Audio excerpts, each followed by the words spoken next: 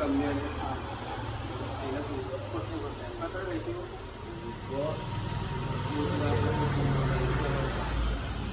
ആയിരം മീൻ അടിപൊളി ബെസ്റ്റ് മീനാണ്. അടിപൊളി നല്ല അടി ബെസ്റ്റ് മീനാണ്. അപ്പോൾ പോയി അതേപോലെ ലൊക്കേഷൻ ചുണ്ടിലാണ് കട ടിക്കറ്റ് കട.